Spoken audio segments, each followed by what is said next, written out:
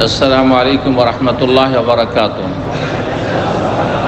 إن الحمد لله نحمده ونستعينه ونستغفره ونعوذ بالله من شرور أنفسنا ومن سيئات أعمالنا. من يهده الله فلا مضل له ومن يضلل فلا هادي له. وأشهد أن لا إله إلا الله وحده لا شريك له وأشهد أن محمدا عبده ورسوله صلى الله تعالى عليه وعلى آله وصحبه وسلم تسليما كثيرا. أما بعد، فأعوذ بالله من الشيطان الرجيم. إن الذين يتلون كتاب الله وأقاموا الصلاة وآتوا الزكاة وأنفقوا مما رزقناهم وأقاموا الصلاة وأنفقوا مما رزقناهم سرا وعلانية يرجون تجارة لن تبور. সম্মানিত রোজাদার ভাতৃমণ্ডলী, আল্লাহ রাব্বুল আলামিনের প্রশংসা এবং প্রিয় নবী সাল্লাল্লাহু আলাইহি সাল্লামের উপর সালাত ও সালামের পর আজ রবিবার 7ই রমজান 1445 হিজরি আমরা ইফতার মাহফিলে বসে আছি। ইফতারের পূর্বে আমাদের যেসব কার্যক্রম রয়েছে আপনাদের বারবার বলা হয়েছে এবং সেগুলি থেকে আপনারাই লাভবান হবেন। আপনাদের কল্যাণের উদ্দেশ্যে সেসব ব্যবস্থাগুলি করা হয়েছে, যেমন কোরআন শিক্ষার ব্যবস্থা। কোরআনে কারীমের শিক্ষা সবচাইতে গুরুত্বপূর্ণ ফজিলতপূর্ণ কাজ। পৃথিবীর মধ্যে সবচাইতে ভালো কাজ হচ্ছে কোরআনে কারীমের শিক্ষা এবং দ্বীনের কাজ করা। জি, সুতরাং আমরা আসর পর থেকেই কোরআনের হালাকার ব্যবস্থা রেখেছি। আপনারা তাতে আসার চেষ্টা করবেন এবং সেখানে বসার চেষ্টা করবেন। সেখান থেকে কিছু যদি শিখে যেতে পারেন, কোরআনটা শিখে যেতে পারেন, কোরআনে কিছু সূরা মুখস্থ করতে পারেন, সূরাগুলো শুদ্ধ উচ্চারণটা শিখে যেতে পারেন, তা আপনার সারা জীবন এবং আখিরাত সব কিছুতে আপনি সফল হয়ে যাবেন। আল্লাহ তৌফিক দান করুন। আজকের আলোচনাই করব কোরআনে কারীমের তেলাওয়াতের ফজিলত সম্পর্কে। এজন্য তেলাওয়াত মানে শুধু শব্দের তেলাওয়াত না, সত্যিকার অর্থে তেলাওয়াত হচ্ছে কোরআনে কারীমের অনুসরণ করা। কোরআনে কারীম শিখার পরে, তার অর্থ বোঝার পরে সে অনুযায়ী আমল করা, এটা হচ্ছে সত্যিকারের তেলাওয়াত। তেলাওয়াতে হাকিকি। ইমাম ইবনে উসাইমিন রাহিমাহুল্লাহ ইমাম বলছেন তেলাওয়াত দুটি অর্থে ব্যবহৃত হয় শব্দটি। একটি হচ্ছে হাকিকি শব্দ, অর্থাৎ সত্যিকার অর্থে তেলাওয়াত, সেটা হচ্ছে তালা ইয়াতলু মানে ফলো করা, আর ফলো করা মানে অনুসরণ করা। অনুসরণ করা মানে সহজ ভাষায় আমল করা। কোরআনে কারীম আপনি জানবেন, শিখবেন, আর তার অর্থ বুঝবেন, আল্লাহর কথাগুলি জানবেন আর আমল করবেন, সেই অনুযায়ী জীবনযাপন করবেন। এটা হচ্ছে আসল তেলাওয়াত। এটা হচ্ছে আসল তেলাওয়াত। আর একটি হচ্ছে শাব্দিক তেলাওয়াত, তেলাওয়াতে লফজি। শাব্দিক তেলাওয়াত মানে শুধু শব্দের তেলাওয়াত করছেন, তাতেও অনেক ফজিলত রয়েছে, কিন্তু শুধু সেই জন্যই কোরআন আল্লাহ নাযিল করেন। এই জন্যই কোরআন আল্লাহ নাযিল করেনি যে শুধু কোরআনে কারীমটা পড়তে জানলেন, শিখলেন, যে কোরআন আমি পড়তে পারি, তেলাওয়াত করতে পারি, আর তারপরে শুধু তেলাওয়াত করলেন। আপনি কিছু সূরা মুখস্থ, ছোট সূরাগুলি নামাজের জন্য, যেমনটা মুসলিম সমাজে এই ধারণাটাই আছে যে কোরআন কিসের জন্য ছোট ছোট সূরাগুলি একটু মুখস্থ করবো, নামাজে পড়বো, আর কোরআনে কারীমের তেলাওয়াত আর খতম করব। আর খতম করে নিজের নেকির চাইতে মরার চিন্তা বেশি, মরা লোকের চিন্তা বেশি আমাদের সমাজে। হ্যাঁ, যে কোরআন যেন মৃত মানুষের জন্য নাযিল করা হয়েছে। কোরআন জীবিত লোকের জন্য নাযিল করা হয়েছে না মৃত লোকের জন্য? আমাদের দেশে কোরআনটা শুরু হয় কোরআনের আমল মরার পরে। যতদিন বেঁচে আছে কোরআনের উপর আমল নাই। কোরআন কাজ কার জন্য ব্যবহার করা হয়? মৃত ব্যক্তি, মরা ব্যক্তির জন্য। মরার আগে কোরআনের দরকার হয় না। সারা জীবন কোরআন শিখলো না, কোরআনের অর্থ বুঝলো না, কোরআন তরজমা তাফসীরও দেখলো না, আল্লাহ কি বলেছেন, আর আমলও বাপদাদা থেকে যেটা চলে আসছে ওইটাই ধর্ম, কোরআনের ধর্ম পালন করব, এই ধারণাও খুব কম। হ্যাঁ, এদিকে কোরআনে যে ইসলাম শেখানো হয়েছে সেই ইসলাম, অন্যদিকে তাওহীদ আর সুন্নাহ। আর বাপদাদা ধর্মে মাজার পূজা, পীর পূজা, পীর ধরা, মুরিদ হওয়া, আর মিলাদ করা, কিয়াম করা, তাবিজ তুমার করা, এগুলো হচ্ছে বাপদাদার ধর্ম। তা আমাদের দেশে ধর্মটা অধিকাংশ লোকের কাছে প্রচলিত ধর্ম, প্রকৃত ধর্ম না। প্রচলিত ধর্ম, বাপদাদা থেকে চলে আসছে, পরম্পরা চলে আসছে, আমাদের বড় বড় হুজুররা বলেছে, বাস ওইটাই ধর্ম। তাহলে কোরআনে কারীমের আসলে সত্যিকার অর্থে তেলাওয়াত আমাদের দেশে হয় না। আর কোরআনে কারীম জীবিত মানুষরা কোরআনে কারীম থেকে বেশি লাভবান হয় না। আর যারা জীবিত তারা ভাবে যে কোরআনের কাজই শুরু হবে মরার পরে। তারা মরলেই লাশ সামনে রেখে চারিদিকে ঘেরা কি শুরু হয়ে যায়, কি শুরু হয়? যতক্ষণ দাফন না হবে কোরআন তেলাওয়াত চলতে থাকবে। এটা কোনো একটা হাদিস দ্বারা প্রমাণিত? সারা পৃথিবীর সমস্ত আলেমদেরকে বলছি, আর বাংলা ভাষীদেরকে বিশেষভাবে বলছি, আলেমদেরকে বলছি, সাধারণ লোকদেরকে বলছি, একটা হাদিস নিয়ে এসেছে দেখান যে রাসূলুল্লাহ সাল্লাল্লাহু আলাইহি ওয়াসাল্লামের ইন্তেকালের পরে তার সামনে কেউ কোরআন পড়েছে, একটা আয়াত পড়েছে। সাহাবীরা মারা গেছেন, খলিফা আবু বকর মারা গেছেন, ওমর মারা গেছেন, উসমান মারা গেছেন, আলী মারা গেছেন, তাদের লাশ মৃতদেহ রেখে তারপরে কোরআন তেলাওয়াত চলতে থেকেছে দাফন করা পর্যন্ত। একটি হাদিস দেখান, চ্যালেঞ্জ। যান, যদি পারেন সারা দুনিয়ার যারা এই বেদাতি কোরআন খানি করেন, কোরআন পাঠ করেন, মরা লোকের জন্য কোরআনকে খাস করে দিয়েছেন, তাদেরকে সময় দেওয়া হলো কিয়ামত পর্যন্ত। আমি চলে যাওয়ার পরও যদি দিতে পারেন, তাহলে যারা সহি আকীদার অনুসারী, সহি সুন্নাহর অনুসারী, যারা সত্যিকার ইসলামের কথা বলে, তাদের কাছে এসে বলবেন যে আমরা দলিল পেয়েছি, আপনারা এই আমল করেন, আমরা করব। বেঁচে থাকলে আমি আমল করব যদি দেখাইতে পারেন তা, কিন্তু কিয়ামত হয়ে যাবে দেখাইতে পারবেন না। তারপরে এই ধর্মকর্ম করবেন, হ্যাঁ, যে মরা লাশের সামনে কোরআন তেলাওয়াত চলতে থাকবে। এতে একটা হইল। আর একটা শুনে, তারপরে মারা যাওয়ার পরে যত বড় বড় ধনী লোকেরা, পয়সার লোকেরা, এমনকি আজকাল পয়সা না থাকলেও হ্যাঁ কোনো রকম করে খেটে খুঁটে ছেলে মেয়েকে ব্যাস দুনিয়ার শিক্ষা শিক্ষিত করছে, তার জন্য এক একটা সাবজেক্টের টিউশন দেওয়ার জন্য এখানে বাংলাদেশ স্কুলে যেসব ছেলেরা পড়ে, মেয়েরা পড়ে, তাদের খবর নিয়ে দেখে, এক এক সাবজেক্টের টিউশনের জন্য 400-500 রিয়াল খরচ করছে। কিন্তু কোরআনের জন্য এই হাফেজগুলো যে বাড়ি বাড়ি পড়িয়ে বেড়ায়, তারা বলে এক সময় যে আমাদের বাংলা ভাষাভাষী যারা, তাদের ছেলের জন্য 100 টাকা দেওয়াটা তাদের জন্য অনেক বেশি। 100 টাকা দিতে হবে মাসে, 50 টাকা হবে না। আর এখনো 100 থেকে 150-এর বেশি না।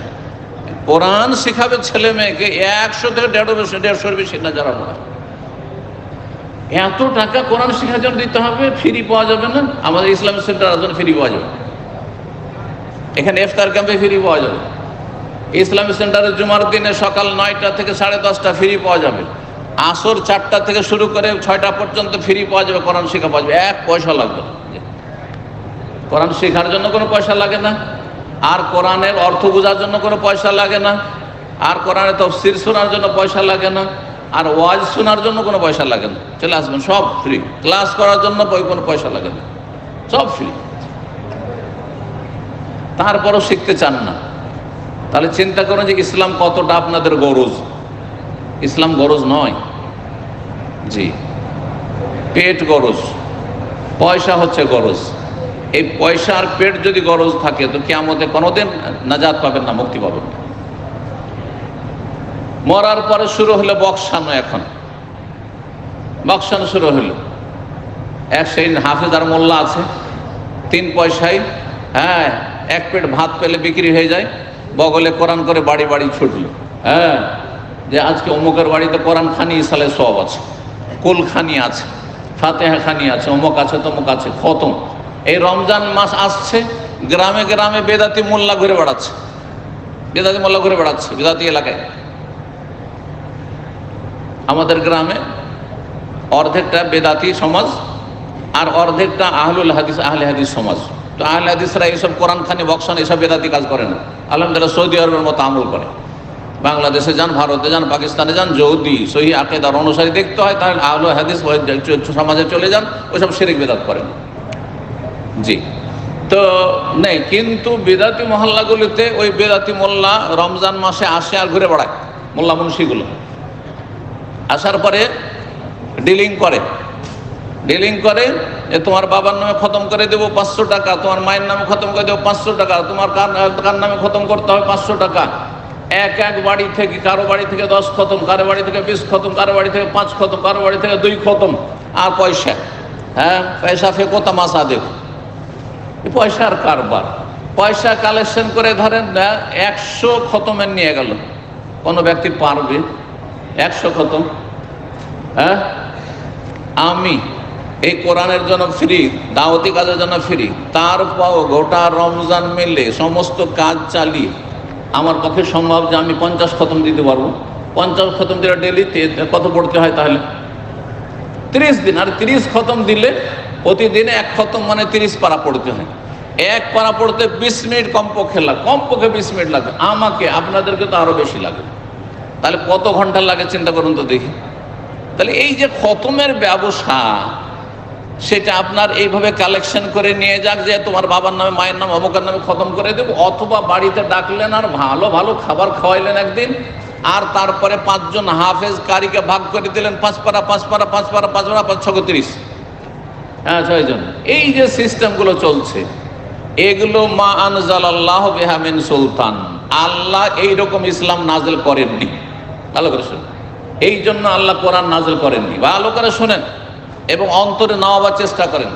যেই ইসলাম আল্লাহ নাজিল করেছেন সেই ইসলাম হচ্ছে যে আপনি নিজে কোরআন শিখবেন, যতই বড় আপনি ব্যক্তি হন না কেন, যতই পয়সাওয়ালা হন না কেন।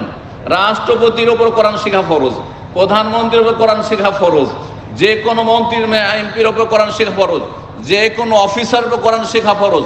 মুসলিম হলে তার উপর কোরআন শিক্ষা ফরজ, কোরআন শিখতে হবে তাকে, কোরআনের অর্থ বুঝতে হবে।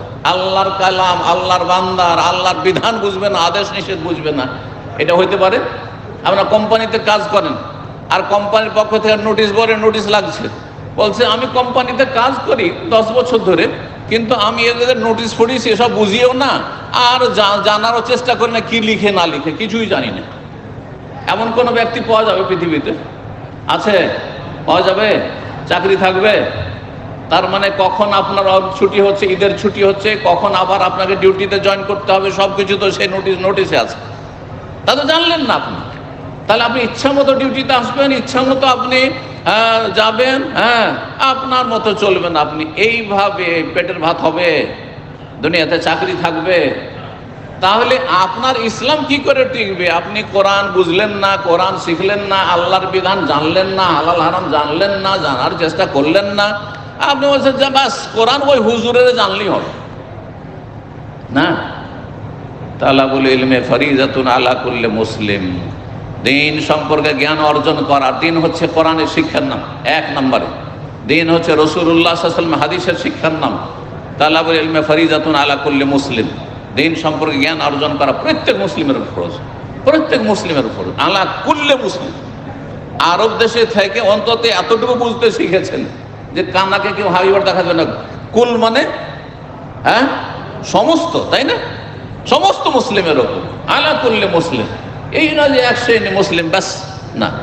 1 শ্রেণীর মুসলিম ফরজে কিফায়া, বড় আলেম হবে, কিন্তু প্রাথমিক কোরআনের জ্ঞান অর্জন করতে হবে যে আল্লাহ কি বলেছেন, আমি আল্লাহর বান্দা, আমার রব আল্লাহ, আমার রব আমাকে কি সম্বোধন করেছেন, এটা আপনাদের প্রত্যেকে জানতে হবে। প্রত্যেকের উপর ফরজ, শুধু আমার উপর ফরজ নয়, আর আমার ছেলেদের উপর ফরজ নয়, আপনার ছেলে মেয়েদের উপর ফরজ, যেমন আমার ছেলে মেয়েদের উপর ফরজ। আল্লাহ সঠিক বুঝ দান করুন, আমল করার তৌফিক দান করুন। কোরআন মরার জন্য নাজিল করা হয়নি, কোরআন জীবিত ব্যক্তির জন্য নাজিল করা হয়েছে। দলিল শুনবেন? কোরআনে কারীম থেকে দলিল শোনায়। সূরা ইয়াসিন, আমাদের দেশের লোকেরা সূরা ইয়াসিনের ওজিফা পড়ে, কিন্তু সূরা ইয়াসিন আমল করে না। ওজিফা পড়ে, হ্যাঁ, 5 সূরার ওজিফার কিতাবে 5টা সূরা আছে না নেই? তার মধ্যে একটা সূরা ইয়াসিন। আর সূরা ইয়াসিনের জাল জয়ীফ ফজিলত বয়ান করে, কিন্তু সূরা ইয়াসিনে যে আল্লাহ বলছেন যে লিউনজিরা মান কান হাইয়ান, কোরআন দিয়ে সতর্ক সাবধান করা হবে মান, এমন ব্যক্তিকে, এমন লোকদেরকে, কানা হাইয়ান, যে জীবিত, মাইয়াতকে নয়, যারা জীবিত তাকে কোরআন দিয়ে সতর্ক সাবধান করা হবে। মরা লোকের সামনে বাঁশি বাজিয়ে লাভ আছে? মরা লোককে যদি বলেন আকিমুস সালাহ ওয়া আতুজ যাকাত, লাভ আছে? মরা লোককে বল না তুশরিক বিল্লাহ, শিরক করিও না, মাজারে যেন, আর বলে লাভ আছে? হ্যাঁ, তাহলে মরার জন্য কোরআন তো নাযিল করা হয়নি, জীবিত লোকের জন্য কোরআন নাযিল করা হয়েছে যে বেঁচে থাকতে সংশোধন করো, মাজারে যেও না, পীরের মুরিদ হইও না, শিরক বেদাত করিও না। হ্যাঁ, আল্লাহর আদেশ মেনে চলো, রসুলের আদেশ মেনে চলো, রসুলের তরিকায় জীবনযাপন করো। লাকাদ কানা লাকুম ফি রাসূলিল্লাহি উসওয়াতুন হাসানাহ, 5 ওয়াক্ত সালাত আদায় করো, পয়সা আছে জাকাত দাও, রমজান মাসের সিয়াম পালন করো। কোথায় আছে? কোরআনে কারিমে আছে। তাহলে কোরআন জীবিতদেরকে জানতে হবে। হ্যাঁ, মৃতকে ইয়া আইয়ুহাল্লাযীনা আমানু কুতিবা আলাইকুমুস সিয়াম, হে ঈমানদারগণ তোমাদের রোজা ফরজ করা হয়েছে। এই আয়াত শুনিয়ে লাভটা কি? লাভ আছে? কোনো লাভ নেই। মরা মানুষকে কুতিবা আলাইকুমুস সিয়াম শুনিয়ে, শাহরু রমাজান আল্লাযী উনজিলা ফীহিল কোরআন, রমজান মাসে কোরআন নাযিল হয়েছে, মরা মানুষকে শুনিয়ে লাভটা কি হলো? কোনো লাভ নেই। সুতরাং কখনো ভাববেন না যে মরা মানুষের কোরআন খানি করে বয়সে লাভ হবে, কোনো লাভ হবে না। তারপর আরেকটি কথা শোনেন, মৃত ব্যক্তিকে নেকি পৌঁছানো যাবে কি দিয়ে? আর্থিক ইবাদত দিয়ে। আর্থিক ইবাদত দিয়ে, পয়সা খরচ করে ইবাদত করেন, দান সাদকা করেন, আর বলে এটা মায়ের জন্য করলাম, মায়ের পক্ষ থেকে, বাপের পক্ষ থেকে মসজিদ বানিয়ে দিলেন, তার মা বাবার নামে বা মা বাবার পক্ষ থেকে, তারা যান তাদের জন্য সাদকা জারিয়া। এতিমখানা বানিয়ে দিলেন, আপনি গরিবদের বাড়িতে পানির ব্যবস্থা দিলেন, গরিবদের বাড়িতে আপনি যে কোনো রকমের খাবার দিলেন, ইত্যাদি দিলেন, মরার নামে ঠিক আছে। কারণ আর্থিক ইবাদত দিয়ে, আও সাদাকাতেন জারিয়া, সাদাকা দিয়ে মৃত ব্যক্তিকে নেকি পৌঁছানো যাবে। কিন্তু নামাজ পড়ে, আমি 2 রাকাত নামাজ পড়া বললো আল্লাহ এই নামাজের নেকিটা আমার মা বাবাকে বক্সা দাও, দিয়ে দাও, চলবে না, কোনো প্রমাণ নেই। নবীও করেননি, নবীর সাহাবীরা কেউ করেননি। হে আল্লাহ আমি 1 খতম দিলাম বা 1 পারা পড়লাম, আজকের তেলাওয়াতটা অমুককে দিয়ে দাও, এই নেকিটা আমি নেব না, তাকে বক্সা দাও, মানে দিয়ে দাও, কোনো প্রমাণ নেই। রাসূলুল্লাহ সাল্লাল্লাহু আলাইহি ওয়াসাল্লাম করেননি, তার সাহাবীরাও করেননি। তাহলে আমাদের দেশে যে এই তরিকা, যে কোরআন দিয়ে বক্সানো, এগুলো নেই আসলে ইসলাম। কোরআন জীবিত মানুষের জন্য। সুতরাং কোরআনের ফজিলত সম্পর্কে কিছু কথা শোনায়। কোরআন শিখতে হবে প্রত্যেককে গরজ করে, যে আমি আমার ফরজ আদায় করছি, আমি আমার ফরজ আদায় করছি। যেমন এখন মাগরিবের নামাজ পড়বেন, ফরজ আদায় করবেন, তার আগে এলেম শিখার ফরজ আদায় করবেন, কোরআন শিক্ষা। আল্লাহ রাব্বুল আলামিন যেন তৌফিক দান করেন। মহান আল্লাহ সূরা ফাতির আয়াত নম্বর 29-30 ইরশাদ করেছেন, ইন্নাল্লাযীনা ইয়াতলুনা কিতাবাল্লাহ, যারা আল্লাহর কিতাব তেলাওয়াত করে। আর তেলাওয়াত সত্যিকার হচ্ছে আমল করা, আর আমল করলে তেলাওয়াত কোরআন সম্পর্কে তাহলে জানতে হবে, কোরআন আক্ষরিক জ্ঞান থাকতে হবে, কোরআনের তরজমাটাও শোনার চেষ্টা করতে হবে বা পড়ার চেষ্টা করতে হবে, জানার চেষ্টা করতে হবে। 10-20টা সূরা যে মুখস্থ আছে নামাজ পড়ার জন্য আপনাদের, তারই তো অর্থ জানেন না অধিকাংশ লোক। অধিকাংশ নামাজিরাই অর্থ জানেন না, না জেনে পড়ছেন। আপনি কি স্বাদ পাবেন আপনি বলেন তো দেখি? অর্থ যখন বুঝবেন না, তো কি আর মজা পাবেন? স্বাদ পাচ্ছেন না। ওই যে নামাজ পড়ে কোনো স্বাদ পান না। ওপর থেকে হ্যাঁ নারিকেলে কামড় দেওয়ার মতো, হ্যাঁ ওপর থেকে বেল ফল তো জানেন, বেল ফল ওপরটা নরম না শক্ত? শক্ত, আর ভিতরে কত সুস্বাদু, তাই না? হ্যাঁ বেল তো পাকা বেল, কিন্তু ওপর থেকে যদি কামড় দেন তাহলে স্বাদ পাবেন না দাঁত ভাঙবে? দাঁত ভাঙবে। কিন্তু বেলটা ভেঙে ফাটিয়ে যদি বেলের ভিতরেরটা খান, কি কত মজা পাবেন। ঠিক তেমনি কোরআনে কারীম যদি শুধু তেলাওয়াতই করতে, পড়তে থাকলেন, আলহামদুলিল্লাহ সূরা পড়লাম ভাই, তবে আলহামদুলিল্লাহ মানে কি তা তো জানি না, তাহলে বেলের ওপর কামড় দেওয়া হলো, দাঁত ভাঙবে, কোনো লাভ হবে না, মানে কিছু হবে না। হয়তো ওই 1 অক্ষরে 10 নেকি এতটুকু পেলেন। আল্লাহ যেহেতু আরহামুর রাহিমিন, একেবারে খালি হাতে ফিরিয়ে দিবেন না, হ্যাঁ দাঁত ভাঙা করে, কিন্তু আপনি বাকি কিছু পেলেন না। আপনার আমলে সংশোধন হলো না, আখলাক চরিত্র সংশোধন হলো না, আপনার ইমান তাজা হলো না, আপনি আখেরাতমুখী হলেন না, ওই পয়সা পেট করতেই আছে, অথচ কোরআন পড়ছেন আপনি, লাভ নেই। কিন্তু কোরআনের যখন ভিতরে ঢুকবেন, মানে ও বেলটার ভিতরে ঢুকলেন আপনি, আর যখন সে মজাটা পাবেন তখন আর ইমান তাজা হবে, আখেরাতমুখী হবেন, দুনিয়া আপনার কাছে তুচ্ছ হবে, আর কোনো মূল্য রাখবে না, হালাল খাবেন, হারামের কাছে ধারে যাবেন না, ইত্যাদি ইত্যাদি। দেখবেন যে আপনি একজন মানুষ, মানে চরিত্রবান মানুষ হয়ে যাবেন, আদর্শ মানুষ হয়ে যাবেন। এই হচ্ছে উদ্দেশ্য কোরআনে কারীমের। তো আল্লাহ বলছেন ইন্নাল্লাযীনা ইয়াতলুনা কিতাবাল্লাহ, যারা আল্লাহর কিতাব তেলাওয়াত করে, পাঠ করে, ওয়া আকামুস সালাতা, আর সালাত কায়েম করে, তাহলে কোরআন তেলাওয়াতকারী কি হবে? নামাজি হবে।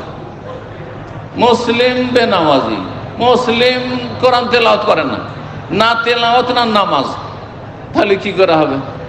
দুনিয়া আখিরাত সর্বনাশ, সর্বনাশ। এই কয়টা বছর এত আমোদ ফুর্তি করে খেয়ে লাভ কি করলেন? আপনি কি লাভ করলেন যে আপনার শরীরটা জাহান্নামে জ্বলবে? এত সুন্দর শরীর, রূপ, চেহারা, আর জাহান্নামে জ্বলবে? আপনার বিশ্বাস নেই? বিশ্বাস না থাকে তাহলে আপনি আর অমুসলিমে কোনো পার্থক্য নেই। আর বিশ্বাস থাকে তাহলে সংশোধন করেন আল্লাহর রাস্তায়। ওয়া আকামুস সালাত, সালাত কায়েম করবে। একজন মুসলিম কোরআন তেলাওয়াত করবে, সালাত কায়েম করবে। ওয়া আনফাকু মিম্মা রাযাকনাহুম, আর যা তাদেরকে আমি রিজিক দিয়েছি, হ্যাঁ, ধন সম্পদ দিয়েছি, তা থেকে তারা খরচ করবে, যাকাত দিবে। যাকাত দেওয়া ফরজ, ফরজ। আর আরেকটি ফরজ, খরচ হচ্ছে আপনার আমার যে ফরজ দায়িত্ব পালন। স্ত্রীকে খেতে দিতে হবে, ছেলে মেয়ের ভরণ পোষণ দিতে হবে, বাপ মা বার্ধক্যে চলে গেছে, তারা আর কাজকর্ম করার মতো যোগ্যতা রাখে না, তাদের কোনো ইনকাম সোর্সও নেই, তাদেরকে খেতে দিতে হবে। হ্যাঁ, বোনগুলো বিয়ে দিতে পারিনি, অথবা বিয়ে দিচ্ছি, তালাক হয়ে গেছে, বিধবা হয়ে গেছে, তাদেরকে খেতে দিতে হবে। এগুলো ফরজ, খরচ। এগুলো জাকাতের মধ্যে ফরজ, খরচ ওর চাইতে গুরুত্বপূর্ণ। কারণ এগুলো করে যদি বাঁচে তখন জাকাত, না হলে জাকাত নেই। তাহলে জাকাতের চাইতে গুরুত্ব, জাকাত ইসলামের খুঁটি, চিন্তা করুন। তার চাইতে গুরুত্বপূর্ণ আপনার স্ত্রীর খাবার, ভরণ পোষণ, খরচ খরচা, আর তাদেরকে বাসস্থান দেওয়া, বাড়ি দেওয়া, বা বাসা ভাড়া যদি ভাড়া বাসায় থাকেন, তারপরে ছেলে মেয়ের খাবার দাবার, বাপ মায়ের খাবার দাবার, বোনেরা আছে, নাবালক যদি এখনো কাজকর্মের যোগ্য হয়নি, ভাইয়েরা আছে, আর বাপ চালাইতে পারে না সংসার, এইগুলো খরচ করে বাঁচলে তখন জাকাত, না হলে জাকাত নেই। দেখা গেল যে মাসে যা কিছু ইনকাম করেন সমস্ত শেষ হয়ে গেল আমার সংসার চালাতে গিয়ে, আমার নিজের সংসার, আমার বাবার সংসার, আর বাবা অভাবে, আর ভাই বোন দেখাশোনা করতে। বোন যেগুলো বিয়ে হয়ে গেছে সেগুলো দায়িত্ব নেই আপনার, যেগুলো বিয়ে হয়ে গেছে বোন, ওগুলো দায়িত্ব নেই, ওর স্বামীর দায়িত্ব। কিন্তু যেগুলো বিয়ে হয়নি, অথবা তালাক হয়ে চলে এসেছে, বিধবা হয়ে গেছে, আর তাদের দেখাশোনা করে। বিধবা হলে আমাদের দেশের মেয়েরা মনে করে শ্বশুর বাড়ি পড়ে থাকতে হবে, আর গিয়ে ওই ভাসুর আর দেবরের আশা করে বসে থাকে না, তাদের কোনো দায়িত্ব নেই, তাদের কোনো দায়িত্ব নেই ভাবি সম্পর্কে। আর দায়িত্ব আপনার আবার ফিরে আসছে, স্বামী মারা গেছে, দেখাশোনার কেউ নেই, ভাইয়ের উপরে ফরজ সেই বোনের খাবার দেবে, বোনের বাসা দেবে, বোনকে থাকার জায়গা দেবে। হ্যাঁ, সমস্ত ফরজ। এগুলো জানবেন কোথা থেকে? কোরআনের জ্ঞান থাকবে, হাদিসের জ্ঞান থাকবে, ইসলামের জ্ঞান থাকবে, তাহলে তো জানেন না, যার ফলে আমল করেন না আমাদের দেশের মানুষরা।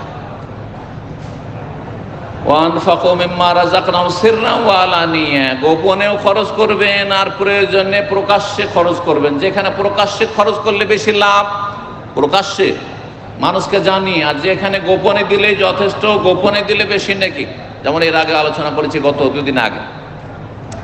আল্লাহ বলছেন যারা এই কাজগুলি করে, ইয়ারজুনা তিজারাতান লান তাবুর, তারা আল্লাহর সাথে এমন ব্যবসা করে আশাবাদী যে ব্যবসায় কোনো লস নেই।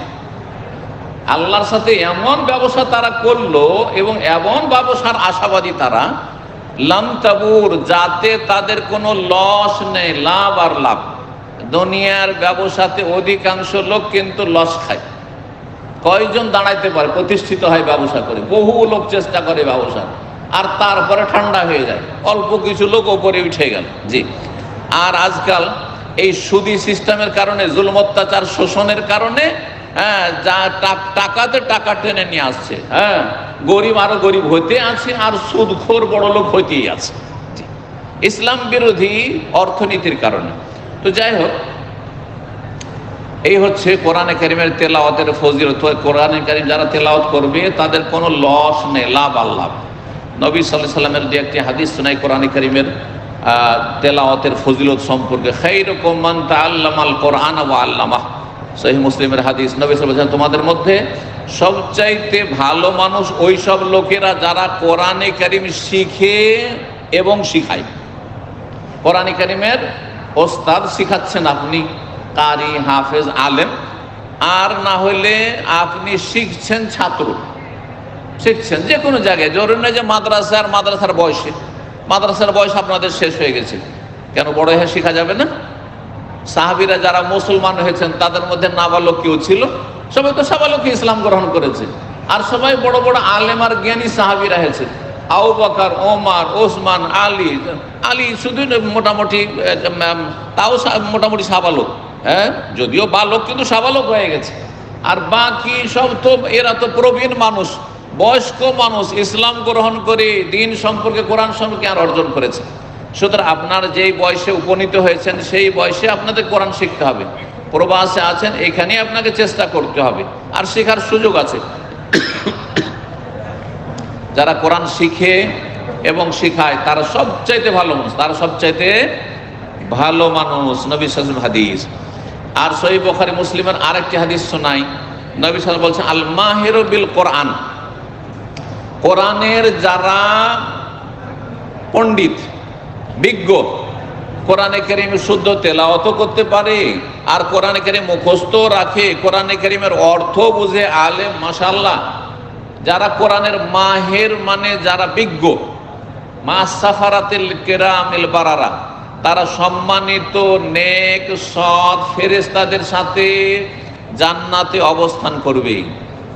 তাদের হাসর হবে কাদের সাথে? ফেরেশতা, মালায়েকা, জিবরাইল, মিকাইল, ইসরাফিল, তাদের সাথে। জি, মা সাফারাতিল কিরামিল বারারা।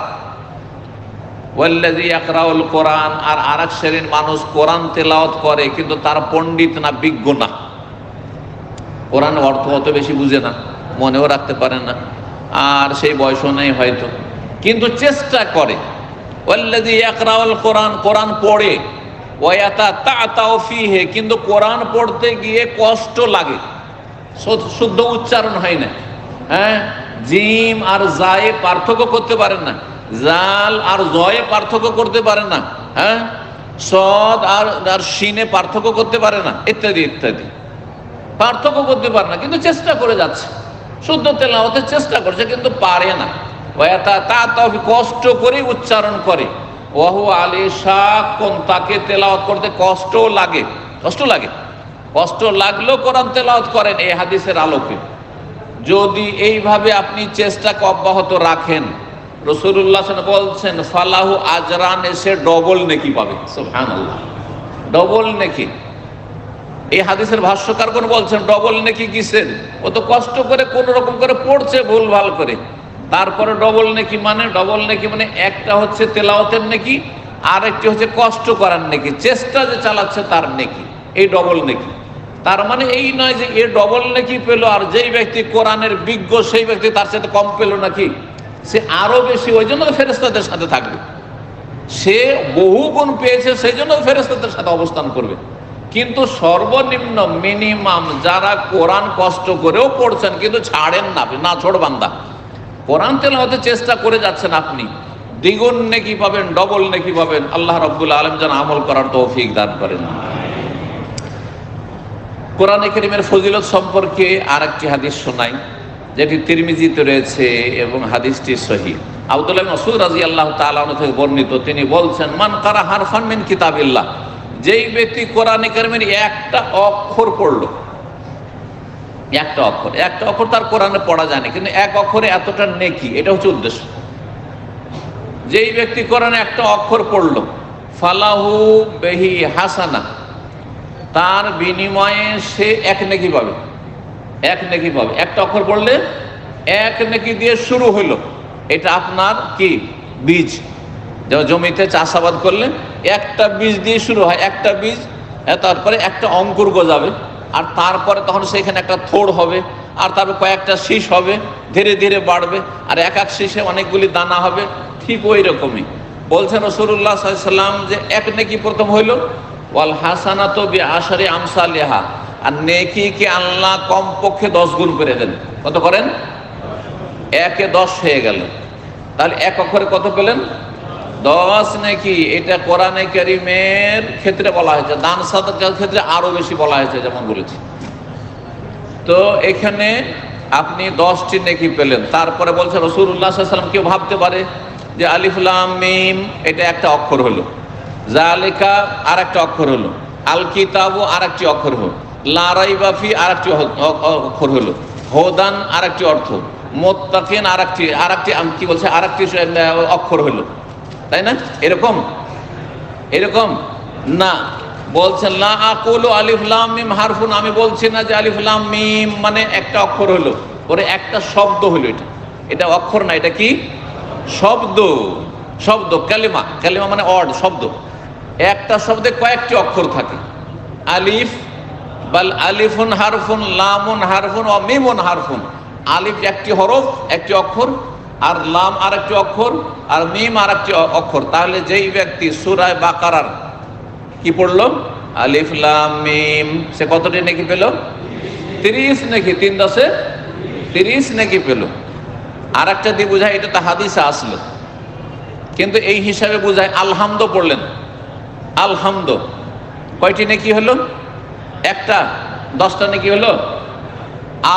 আলহামদ আলিফ আছে, লাম আছে, হা আছে, মিম আছে, দাল আছে, আলহামদ কয়টি হলো? 5টি অক্ষরে কত নেকি হলো? 50 নেকি হলো। লিল্লাহে, লাম লাম লাম লিল্লাহে, আলিফ তারপরে হা, এতেও 5টা, তাহলে আরো 50, আলহামদুলিল্লাহ মানে 100টা নেকি হয়ে গেল। কোনদিন চিন্তা করেছেন এইভাবে ভেঙে ভেঙে? আলহামদুলিল্লাহ কত আমরা আলহামদুলিল্লাহ বলছি, কিন্তু এলেম না থাকার কারণে নিয়ত নেই, আলহামদুলিল্লাহ 100 নেকি হয়ে গেল। রব্বিল আলামিন, রবে 3টা অক্ষর, রা বা বা, ডবল বা আছে আর রা, তাহলে এতে 30 হয়ে গেল। আল আলামিন, আলিফ লাম আইন, আলিফ লাম মিম ইয়া নুন, 8টা, তাহলে কত হলো? 80 হয়ে গেল। কত হয়ে গেল তাহলে? জি, এখানে 80 আর 30, হ্যাঁ কত হয়ে গেছে? 210 হয়ে গেছে মনে হয়। চিন্তা, আলহামদুলিল্লাহ রাব্বিল আলামিন 210 নেকি হয়ে গেল। কত নেকি তাহলে হচ্ছে একজন কোরআন তেলাওয়াতকারী। এটা প্রাথমিক অবস্থায় শুধু তেলাওয়াতই যদি এত নেকি হয়, তাহলে আমি যে অর্থ বুঝলাম ওতে কত নেকি, সহি শুদ্ধ পড়ছি ওর জন্য কত নেকি, তারপরে কোরআনে কারীমের আমল করছি তাতে কত নেকি, কোরআনে কারীমের দিকে যদি মানুষকে দাওয়াত দিয়ে আহ্বান করি যে তোমরাও কোরআনের উপরে আমল করো, তাহলে তাতে কত নেকি। চিন্তা করুন তো দেখি। আল্লাহ রাব্বুল আমাদেরকে যেন কোরআন বুঝার তৌফিক দান করেন, কোরআনের মর্যাদা মূল্যায়ন করার তৌফিক দান করেন। এই ছিল রাসূলুল্লাহ সাল্লাল্লাহু আলাইহি ওয়াসাল্লামের হাদিস। আর একটি হাদিস শোনাই আপনাদেরকে। আপনারা এখানে অনেকেই কিন্তু দুনিয়াদারি করছেন, মানে গল্প, বন্ধুদের সাথে সাদিক বন্ধু নিয়ে এক প্লেট ছাড়া অন্য প্লেটে বসতে দিবেন না বন্ধুকে, না না আমরা গ্রুপ আছে। আর কিসের জন্য? শুধু গল্প করার জন্য। কত হতভাগা শোনেন আপনি, কত হতভাগ। অথচ এই মজলিসের 5টি ফজিলত শোনে আপনাদেরকে, 4টি-5টি ফজিলত। রাসূলুল্লাহ সাল্লাল্লাহু আলাইহি ওয়াসাল্লাম বলছেন, মাজতামা কওমুন ফি বাইতিন মিন বুয়ুতিল্লাহ ইয়াতলুনা কিতাবাল্লাহ ওয়া ইয়াতাদারাসুনাহু বাইনাহুম ইল্লা নাযালাত আলাইহিমুস সাকিনাতু ওয়া হাফফাতহুমুল মালায়েকাতু ওয়া গাশিয়াতহুমুর রাহমাতু ওয়া যাকারাহুমুল্লাহু ফি মান ইনদাহু। যারা কোন একটি ঘরে কি হয়, একত্রিত হয়। আমরা এখানে তাঁবুতে, টেন্টে, ইফতার ক্যাম্পে একত্রিত হয়েছি, ঠিক না? মাজতামা কওমুন ফি বাইতিন মিন বুয়ুতিল, আল্লাহর কোন ঘরে, আল্লাহর ঘর সবগুলি আল্লাহর ঘর, আল্লাহর জমিন সবটা আল্লাহর ঘর। ইন্নাল আরযা লিল্লাহ, কোরআনে আল্লাহ বলেন সারা পৃথিবীর জমিন আল্লাহ। আর স্পেশাল ঘর হচ্ছে মসজিদগুলি, আর ওর চাইতে স্পেশাল হচ্ছে বাইতুল্লাহ, কাবা ঘর। এই জন্য কাবা ঘরকে কি বলা হয়? বাইতুল্লাহ বলা হয়। কিন্তু বাইতুল্লাহ মানে আমার বাড়িটা আল্লাহর ঘর না? হ্যাঁ, এই জমি জায়গাগুলো আল্লাহর না? সবই আল্লাহর। আমার খাস একটা হচ্ছে স্পেশাল, আর একটা হচ্ছে সাধারণ। জি, তো যে কোনো জায়গায় যদি একদল মুসলিম একত্রিত হয়ে যায়, কিসের জন্য? ইয়াতলুনা কিতাব আল্লাহ, আল্লাহর কিতাব তেলাওয়াত করার জন্য, কোরআন পড়ার জন্য, পড়াইবার জন্য, বা কোরআনের শিক্ষা দেওয়ার জন্য, কোরআনের আলোচনা করার জন্য, ওয়াজ শোনাবার জন্য। এই যে আলোচনা শোনাচ্ছি, এর জন্য জমা হয়েছে, কিছুক্ষণের জন্য যে জমা হয়েছে, সেটা কোরআন শিখার জন্য হোক, কোরআনের অর্থ শিখার জন্য হোক, কোরআনে তাফসীর শোনার জন্য হোক, ইসলামিক লেকচার আলোচনার জন্য হোক।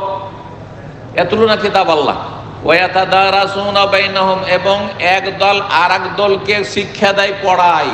কেউ পড়াচ্ছে আর কেউ পড়ছে, কেউ শুনছে, কেউ শোনাচ্ছে, কেউ আলোচনা করেছে, কেউ আলোচনা থেকে লাভবান হচ্ছে। শুনে,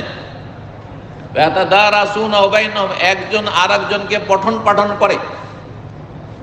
এই দুটা কাজ করলেন আপনি, কোরআন তেলাওয়াত করলেন আর তার সাথে কোরআন পড়ে কোরআনের কথা মানুষকে বুঝাইলেন। যদি এইটা চলতে থাকে, কিছু ছাত্র কিছু শিক্ষক, তাহলে ফজিলত শুনেন, ইল্লা হাফাতহুমুল মালায়েকা, চারিদিক থেকে অসংখ্য রহমতের ফেরেশতা ঢেকে নেবেন। আপনাদেরকে রহমতের ফেরেশতা ঢেকে আছেন, এতে কোনো সন্দেহ নেই। ইনশাআল্লাহ বলার কোনো প্রয়োজন নেই।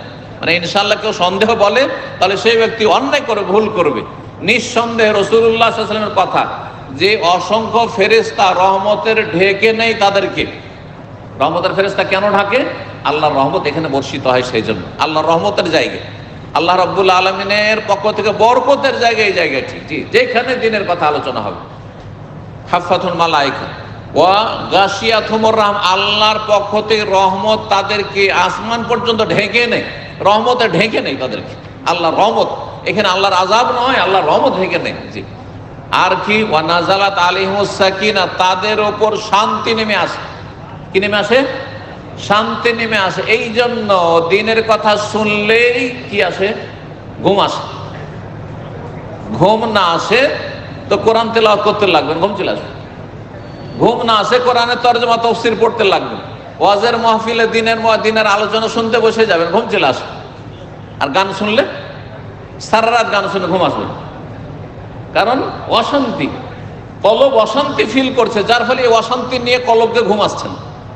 বুঝতে পারছেন? পাপের জায়গায়, পাপ কোন জায়গায় নাচ গান হচ্ছে, কখনো ঘুম আসবে না, কারণ সেখানে এক তো শয়তানের দাপট চলছে, সেখানে অশান্তি কাজ করছে। আমার শরীরের ভিতরে যে কি আছে, রূহ আছে, রূহের আহার পাই না, আহার না পাওয়ার কারণে রূহটা ছটপট করছে, আত্মা ছটপট করছে, অশান্তি, যার ফলে ঘুম আসে না। কোরআন ধরলে সাথে সাথে ঘুম চলে আসে, কোরআন হাত থেকে ছুটে যাচ্ছে মনে হচ্ছে।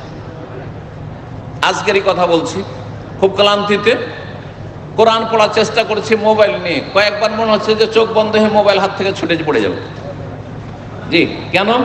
এই যে শান্তি, কোরআন তেলাওয়াতে যে শান্তি আছে, সেই শান্তির কারণে ঘুম চেপে চলে আসছে, তন্দ্রা চলে আসছে।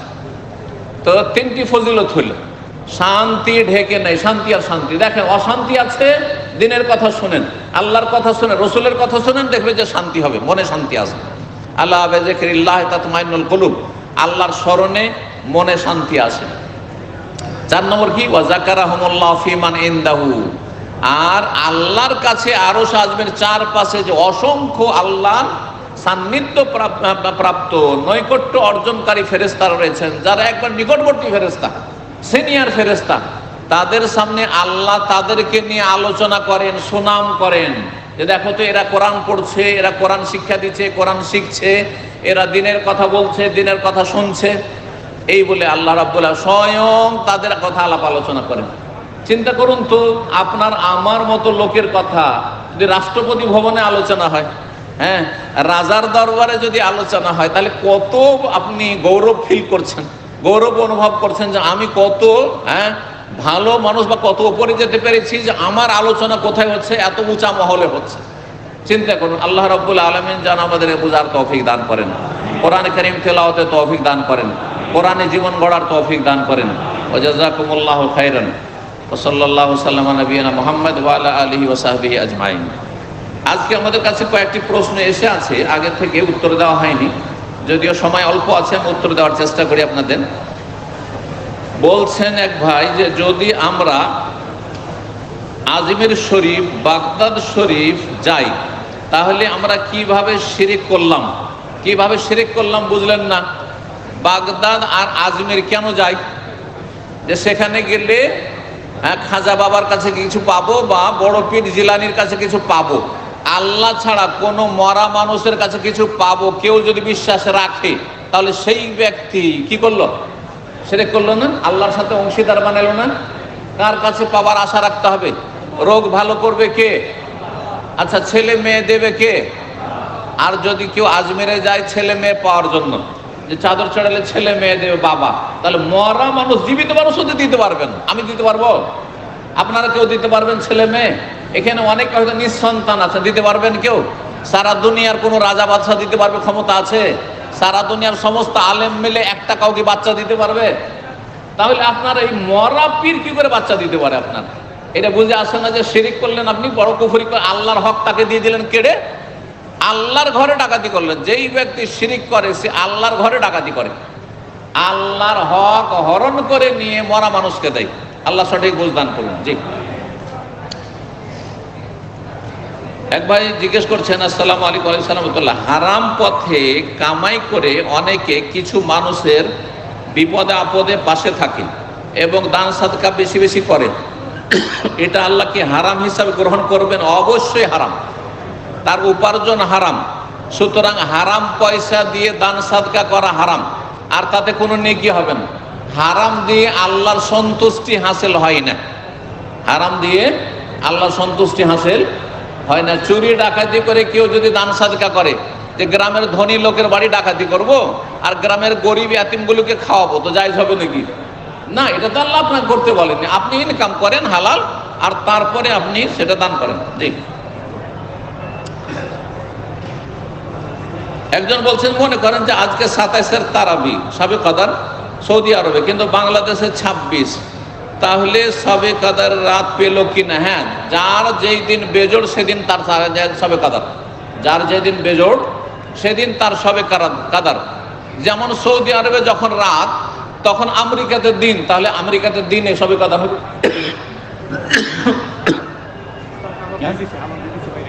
না, 1 মিনিট বাকি আছে, 1 মিনিট বাকি আছে।